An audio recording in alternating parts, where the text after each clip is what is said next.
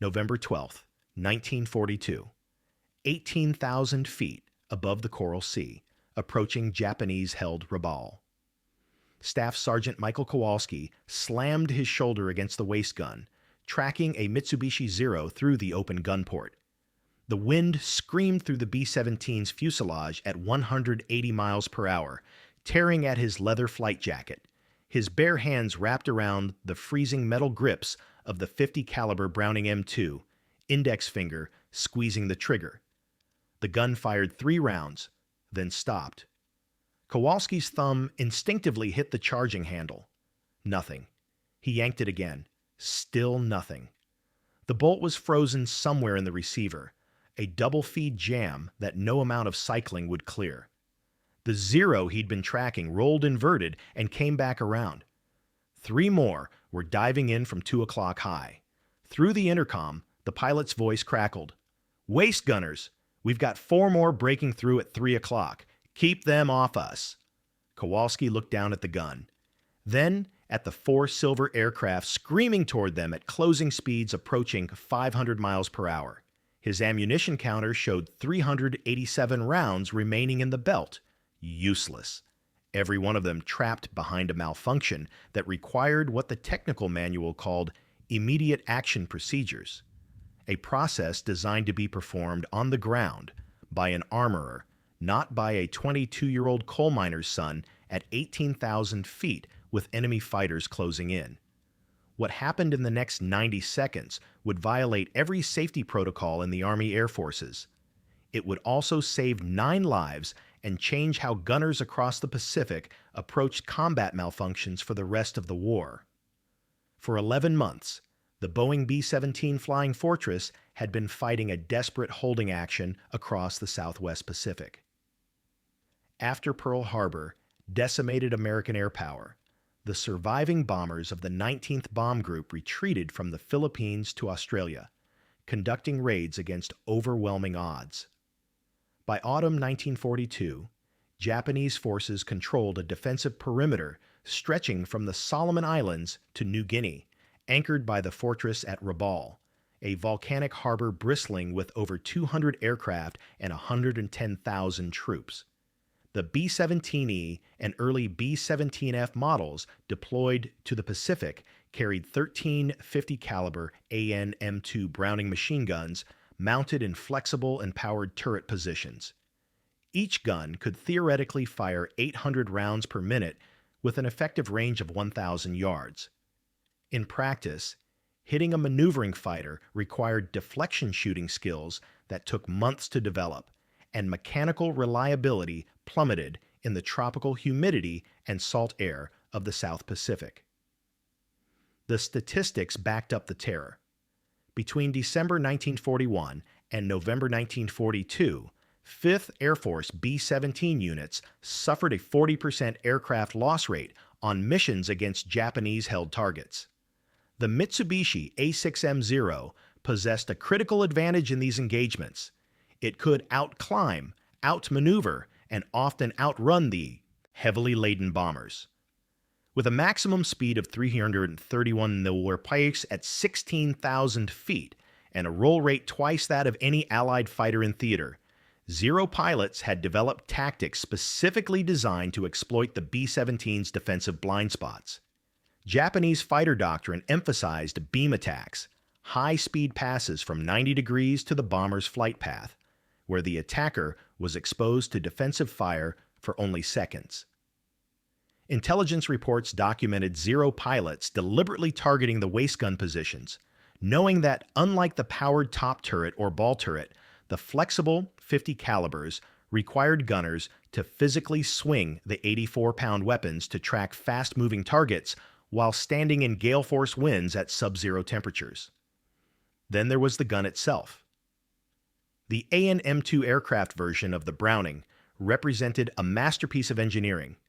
John Moses Browning's recoil-operated, belt-fed design had proven so reliable that nearly 2 million would be manufactured during the war. But reliability and invulnerability were different things. The AN M2 fired from a closed bolt, meaning a round was chambered before each trigger pull.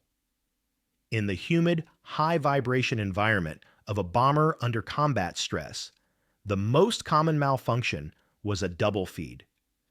2 rounds attempting to enter the chamber simultaneously, creating a jam that couldn't be cleared by simply cycling the charging handle. The technical manual was explicit. If immediate action, pulling the charging handle twice, didn't clear the stoppage, the gunner was to cease fire, engage the safety, and notify the crew chief for detailed disassembly. This procedure assumed you were on the ground. In combat, it meant your gun was dead for the rest of the mission.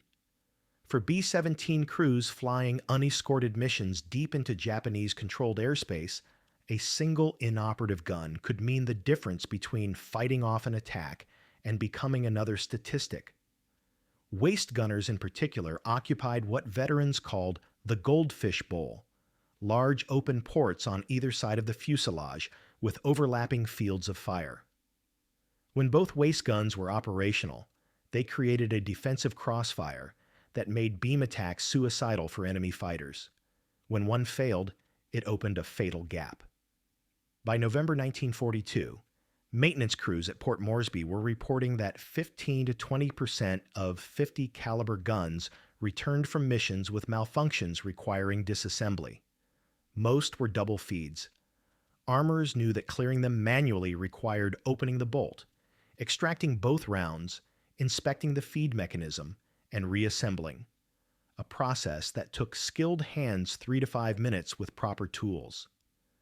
No one had documented anyone attempting it in flight, during combat, with enemy fighters closing in. Lieutenant Commander Tadashi Nakajima, operations officer for the Tainan Air Group at Rabaul, had studied American bomber tactics with clinical precision. His assessment, circulated to fighter units in October 1942, concluded that B-17 gunners posed a manageable threat. "The enemy defensive fire is heavy but poorly coordinated," he wrote. "Gunners fire in short, panicked bursts. Once a gun position is suppressed or disabled, the bomber becomes vulnerable along that axis." The numbers supported Japanese confidence. In September alone, Zeros operating from Rabaul had shot down 11 B-17s against the loss of 4 fighters, a kill ratio that would have been unsustainable in reverse. Japanese pilots had learned that the Flying Fortress, despite its fearsome reputation and nickname, was far from invulnerable. The aircraft's nickname came from marketing, not combat effectiveness. Zero pilots exploited this reality ruthlessly. They approached from the bomber's forward quarter, where only the chin guns could engage, forced the formation to bunch together, then peeled off into high-speed beam attacks from 3 o'clock or 9 o'clock. If a waist gunner managed to track them through the turn, fine. The pass lasted only seconds. If the gun jammed or the gunner flinched, better. Either way, the 20mm cannon shells would find the fuel tanks or engines. What the Japanese couldn't know was the grinding desperation building in American bomber crews. Men were completing missions with guns that jammed on every third burst. Armorers worked 18-hour shifts trying to keep weapons operational, scrubbing tropical corrosion from receivers, replacing worn extractors, adjusting headspace on guns that had fired tens of thousands of rounds beyond their service life. The crews knew their defensive firepower was degrading. They also knew that each mission into the fortress of Rabaul meant running a gauntlet of 60 to 80 fighters. On November 7th, 5 days before Kowalski's mission, a B-17 named Tojo's Jinx had limped back to Port Moresby with 3 guns inoperative and 187 bullet holes in the fuselage. The waist gunner, both his weapons jammed, had spent the final 20 minutes of the flight pressed against the bulkhead, listening to 7.7mm rounds punch through aluminum 6 feet from his head. Training emphasized immediate action drills. Charge the weapon, clear the malfunction, get back in the fight. But when immediate action failed, doctrine offered no solutions. Radio operators weren't gunsmiths. Pilots couldn't leave the controls to troubleshoot a jammed Browning. The guns either worked or they didn't. Then came November 12th, A maximum effort raid against Japanese shipping in Simpson Harbor, the heart of Rabaul's defensive complex. 18 B-17s, no fighter escort, expected opposition of 40-plus Zeros. Every gun had to work. Every gunner had to fight. Staff Sergeant Michael Kowalski, a 22-year-old from Pennsylvania coal country with 87 hours of gunnery training and 4 combat missions, climbed into the waist compartment of a B-17F named Pacific Queen, with no idea that in 2 hours his gun would fail at the worst possible moment, or that he would refuse to accept it. Before we continue, I'd love to know where you're watching from and what you know about B-17 defensive tactics in the Pacific Theater. Drop a comment below and let me know if you'd heard about the challenges waist gunners faced with M2 Browning malfunctions before. And if you're enjoying these deep dives into World War II aviation history, hit that subscribe button. These stories take serious research to get the details right, and knowing you're out there makes it all worthwhile. The formation crossed the coastline of New Britain at 0847 hours, 18 B-17s stacked in 3 ship elements at altitudes ranging from 17,000 to 19,000 feet. Kowalski had already test-fired his gun twice, short bursts to verify function, watching spent brass cartridges tumble away into the blue void below. Both tests went perfectly. The Browning's familiar chatter, the smell of burnt powder, the solid vibration through his shoulders, everything nominal. Simpson Harbor appeared ahead, a deep-water anchorage crowded with gray-painted Japanese vessels. The bombardiers armed their loads. Flak started coming up, black puffs blooming at their altitude. Through his oxygen mask, Kowalski's breathing sounded like a man climbing stairs. Then the intercom erupted. Fighters, 11 o'clock high. Kowalski couldn't see them from the starboard waist position, but he heard the top turret open up. The distinctive sound of twin .50 calibers firing together, deeper and faster than his single gun. Seconds later, the Zero appeared in his window, too fast to track. A gray-green blur with red meatballs diving through the formation. He fired. 3 rounds. Dead gun. Time compressed. Kowalski's training kicked in. Charged the weapon. He yanked the charging handle back with both hands. It came back, went forward. He squeezed the trigger. Click. Nothing. Through the open gun port, he saw another Zero setting up for a beam attack. The fighter was maybe 100-200 yards out, climbing to match their altitude before rolling into the firing pass. This is the moment where doctrine said, cease fire, safe the weapon, report the malfunction. This is the moment where Kowalski made a different choice. He hit the manual bolt release catch and grabbed the charging handle, pulling it back until it locked. With the bolt locked to the rear, he could see directly into the chamber. There they were, 2 .50 caliber rounds, both trying to occupy the same space, brass cases crimped together in a perfect mechanical failure. The belt feed mechanism had double fed, just like the manual described. The Zero at 3 o'clock was turning in, maybe 40 seconds to weapons range. Kowalski did something that would have horrified any armorer. He reached into the receiver with his bare hand. The chamber was still hot from the last rounds fired, hot enough that he felt his skin blister on contact. He hooked his index finger behind the rear cartridge and pulled. It didn't move. The cases were wedged tight, held in place by spring tension from the feed mechanism and the extractor claw. 20 seconds. He grabbed the ammunition belt itself and yanked it backward, fighting the feed pals. The belt moved an inch. The pressure on the jammed rounds eased. He hooked 2 fingers around both cartridges and wrenched them out of the chamber. They came free with a metallic snap, and he flung them onto the floor. 15 seconds. His left hand hit the bolt release. The bolt slammed forward with a sound like a hammer on an anvil, stripping a fresh round from the belt and chambering it. His burned fingers wrapped around the charging handle again, cycling it once more to ensure the action was clear. The Zero was 800 yards out, canopy glinting in the tropical sun. Kowalski could see the aircraft's details now: the fixed landing gear, the long nose, the black exhaust stains behind the engine cowling. He swung the gun onto target. The Zero pilot had committed to his attack run, flying straight and level for 3 seconds to stabilize his aim point. 3 seconds, where he was no longer a maneuvering target, but a ballistic problem Kowalski had solved 100 times in training. His thumbs found the butterfly trigger. He pressed. The Browning roared. Not 3 rounds this time, but a sustained burst that lasted 2 seconds. Tracer rounds, every 5th cartridge loaded with phosphorus to mark the trajectory, stitched across the sky in a red arc that converged on the Zero's engine cowling. The effect was immediate and catastrophic. At 700 yards, multiple 50 caliber rounds traveling at 2,900 feet per second struck the Zero's 950 horsepower sockeye radial engine. The fighter's nose dropped sharply, black smoke erupting from the cowling. It rolled inverted and fell away, streaming flame.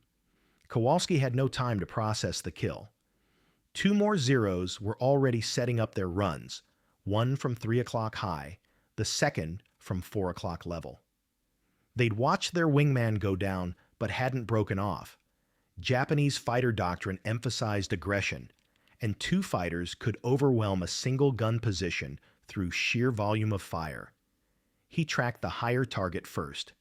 The Zero pilot tried a rolling maneuver, banking left then right to throw off the gunner's aim. But Kowalski had learned something in that first engagement. At ranges under 1,000 yards, the 50 caliber's trajectory was flat enough that small deflection errors didn't matter. You didn't have to be precise. You had to put enough lead in the air that the enemy couldn't avoid it. He walked his fire across the Zero's flight path, 40 rounds in a continuous burst. The fighter flew directly into the stream. Kowalski saw pieces separate from the wing root, fabric and metal peeling away like leaves in a hurricane. The Zero snapped into a violent spin to the right and disappeared below the bomber formation. The third fighter got closer. He came in from 4 o'clock, slightly low, his nose twinkling with muzzle flashes. Kowalski felt impacts, Japanese bullets hitting Pacific Queen's fuselage somewhere aft of his position. The sound was like hammers on sheet metal, sharp and impossibly loud even over the wind noise. He pivoted the gun down, leading the target by what felt like 3 aircraft lengths. The Zero was closing at a combined speed of 480 miles per hour, covering 700 feet per second. Kowalski had maybe 200 rounds left in his can. He fired all of them. The tracers converged on the Zero's cockpit. The aircraft shuddered, canopy shattering, and pulled up sharply. So sharply that the pilot may have already been dead, controls locked in his final grip. The fighter climbed vertically for 3 seconds, stalled, and fell off into a flat spin. Kowalski's gun clicked empty. The bolt locked back on an empty chamber. Around him, the air was thick with burnt powder smoke and the metallic smell of hot brass. His hands were shaking. Delayed adrenaline, shock, or maybe just the cold. He looked down at his right hand. The palm was blistered raw where he'd reached into the chamber. 3 Zeros down. 90 seconds of combat. The bombing run continued. Pacific Queen dropped her payload on target and turned for home.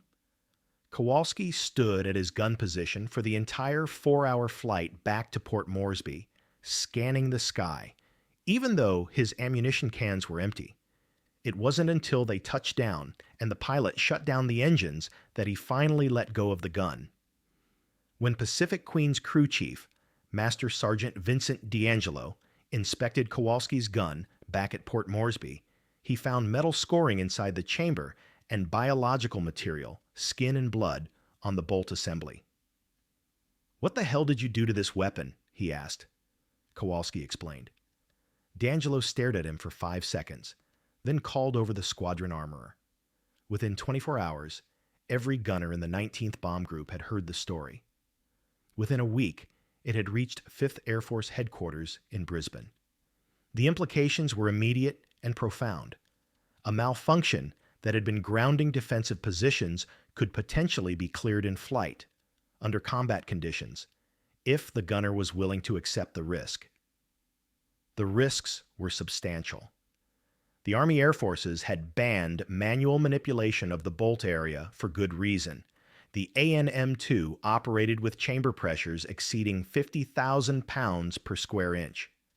A negligent discharge while hands were inside the receiver could sever fingers or worse. The bolt itself weighed 2.3 pounds and locked closed with 80 pounds of spring tension.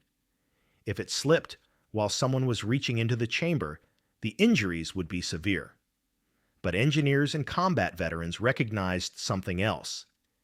In the specific case of a double feed malfunction, with the bolt locked to the rear, the weapon was mechanically incapable of firing. The hammer couldn't reach the A firing pin.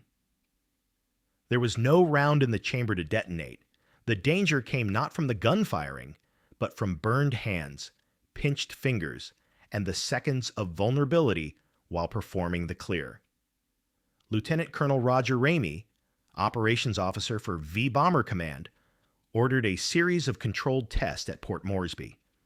Armorers intentionally induced double feed malfunctions in grounded B-17s, then timed how long it took gunners to clear them manually. The fastest time, 22 seconds. The slowest, 48 seconds. Average, 31 seconds.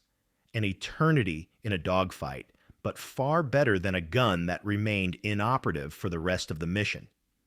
The testing revealed the key variables. Gunners with larger hands had more difficulty reaching around both jammed cartridges. The process required pulling the ammunition belt backward against spring tension, a movement that took significant strength through heavy leather gloves. And the burns were unavoidable. Chambers remained hot enough to blister skin for 30-45 seconds after firing ceased. But it worked. Veteran gunners began practicing the procedure, developing techniques to minimize time and injury. Some removed their right glove before combat, accepting frostbite risk to maintain dexterity. Others learned to use the charging handle as a lever to pull the belt backward, reducing the strength requirement.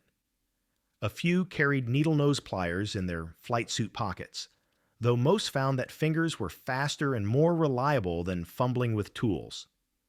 What couldn't be taught was the psychological component, the willingness to reach into a malfunctioning machine gun while enemy fighters closed in. The procedure required a specific kind of courage. Not the courage to fight, but the courage to turn away from the fight for 30 seconds, to focus on mechanical troubleshooting while tracers streaked past your position. No formal doctrine was ever published. The Army Air Forces couldn't officially endorse a procedure that violated established safety protocols and carried significant injury risk. Instead, the knowledge spread through informal channels. Crew chiefs demonstrating the technique to their gunners, veterans teaching replacements, squadron commanders looking the other way when they found armorers conducting unauthorized training. By early 1943, the Kowalsski clear had become standard knowledge among Pacific bomber crews. Maintenance logs began, including a new notation: malfunction cleared in flight by crew. Injury reports documented an increase in hand burns among waist gunners. Combat reports documented fewer guns listed as inoperative. The Japanese never understood why B-17 defensive fire became more consistent and sustained in late 1942 and early 1943. They attributed it to better training, improved maintenance, or perhaps new weapons. The real answer was simpler. American gunners had learned to fix their guns while fighting for their lives. Staff Sergeant Michael Kowalski completed his combat tour in March 1943, flying 28 missions over Japanese-held territory. He was credited with 3 confirmed kills on November 12th and 2 probables on subsequent missions. making him one of the higher-scoring enlisted gunners in the 5th Air Force. He received the Distinguished Flying Cross for extraordinary achievement while participating in aerial flight, though the citation made no specific mention of manually clearing a jammed gun under fire. Officially, it had never happened. His hands bore permanent scars from the burns sustained reaching into the chamber. Veterans who knew him after the war said he rarely spoke about the incident, dismissing it with a characteristic understatement. "The gun broke. I fixed it." The immediate tactical impact was measurable. In November 1942, before the manual clearing procedure became known, 5th Air Force B-17s averaged 1.2 inoperative guns per aircraft returning from missions over Rabaul. By February 1943, that figure had dropped to 0.4. The percentage of missions where all defensive positions remained operational throughout combat increased from 23% to 67%. 0 pilots noticed the difference, though they couldn't identify the cause. Post-war interviews with Japanese fighter veterans revealed a shift in their tactical approach beginning in early 1943, a move away from sustained beam attacks and towards single high-speed passes. Intelligence reports at the time attributed this to increased fighter pilot losses, which was partially true. But the underlying factor was simpler. American bomber defensive fire had become more persistent and accurate, making multiple passes against the same aircraft significantly more dangerous. The long-term influence extended beyond the Pacific theater. When B-17 crews rotated back to the United States for assignment as instructors, they brought the manual clearing procedure with them. Gunnery schools in Texas, Nevada, and Florida began incorporating it into training, albeit unofficially. By 1944, gunners deploying to Europe had learned the technique before they ever encountered combat, though the frequency of double feed malfunctions in the drier European climate made it less critical. The AN-M2 itself underwent continuous refinement throughout the war, with later variants incorporating improved extractors and modified feed mechanisms that reduced malfunction rates. But no mechanical improvement could eliminate stoppages entirely. Combat conditions, ammunition quality variations, and the simple reality of hundreds of thousands of rounds fired under extreme stress meant that guns would occasionally fail. What changed was the human response to that failure. A generation of gunners learned that a mechanical malfunction wasn't necessarily a mission-ending event. With sufficient courage and burned hands, they could become their own armorers, fixing what broke while the battle continued around them. Today, the AN-M2 and its ground-based M2HB variant remain in service worldwide, a testament to John Moses Browning's design genius. Modern clearing procedures are safer, more standardized, and performed with proper tools under controlled conditions. No military in the world recommends reaching into a machine gun's chamber with bare hands during combat. But in desperate moments above the South Pacific in 1942, when doctrine failed and training didn't cover the situation, one coal miner's son from Pennsylvania made a different choice. And in doing so, he gave every gunner who came after him permission to do the same. There's a broader truth embedded in Kowalski's story, one that transcends specific aircraft or weapons or wars. Technology fails. Equipment breaks. The perfect machine, maintained to exact specifications and operated within design parameters, still malfunctions at the worst possible moment. This is not a flaw in engineering, but a fundamental characteristic of complex systems operating under extreme stress. What separates outcomes isn't the equipment's reliability. It's the operator's refusal to accept failure. Doctrine exists for good reasons. Safety protocols prevent injuries. Technical manuals codify the lessons learned from 1,000 previous mistakes. Following procedure is almost always the correct choice. Almost. But warfare exists in the space between almost and absolute. It demands a particular kind of initiative, not the reckless disregard of rules, but the judgment to recognize when circumstances have exceeded the boundaries where rules apply. Kowalski didn't ignore the manual because he thought he knew better. He ignored it because the manual addressed a different situation, a safer situation that no longer existed. 3 Zeros destroyed. 9 crewmen brought home safely. All because one man with burned hands decided that a malfunction wasn't the end of the fight, just a problem requiring an immediate solution. The gun jammed. He fixed it. Sometimes warfare is that simple. And sometimes simple actions, performed under impossible conditions, change how every warrior afterward understands what's possible when everything goes wrong. If you found this story as fascinating as I did researching it, I'd appreciate if you'd like this video and subscribe to the channel. There are dozens more untold stories from World War II that deserve to be remembered, and I'll be bringing you a new one every week. What should I cover next? Let me know in the comments below.